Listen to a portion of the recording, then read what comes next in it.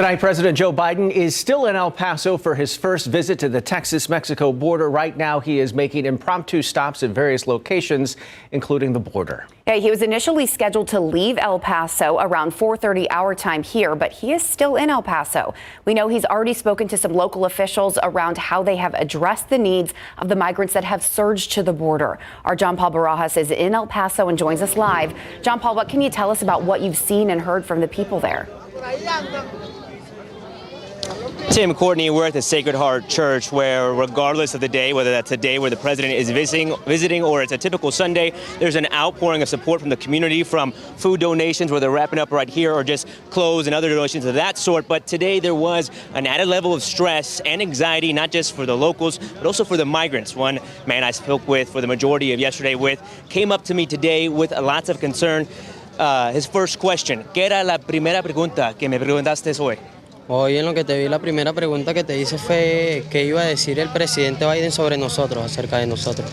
His first question to me wasn't, "Hi, how are you doing?" He said, "What did the president say? What is he saying about us? What is it going to mean for us?" So lots of concern. And up until this point, we haven't heard from the president since he's made his land and his visit to the border. But this is what locals about his presidency, making his visit here, this is what they had to say about his visit today. The wheels of Air Force One touching down in El Paso marks President Joe Biden's highly anticipated first Texas-Mexico border visit since taking office. His arrival was met with mixed reactions by those who live and work here. Me gustaría verlo. Elba Perez de Mendoza works at a shop along the border. She says, "I'm happy that he's visiting us. I'd like to see him. I'm waiting to see if he passes by here. Me gustaría que estuviera más limpia la ciudad. I hope that he sees the needs of all the migrants and the needs that we have here. I'd like it if the city was cleaner." Others who are helping feed the migrants, like Naomi Gates, aren't as impressed. If you're not doing anything about it, what does it matter? I was like, when you start doing things about what's going on, then that's what counts. Until then, you showing up, it's like anybody else. You show up, you're just making an appearance.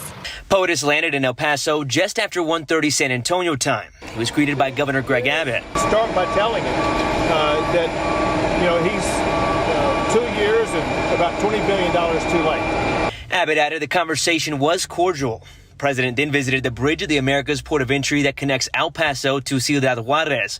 His goal to assess border enforcement operations and meet with local elected officials and community leaders.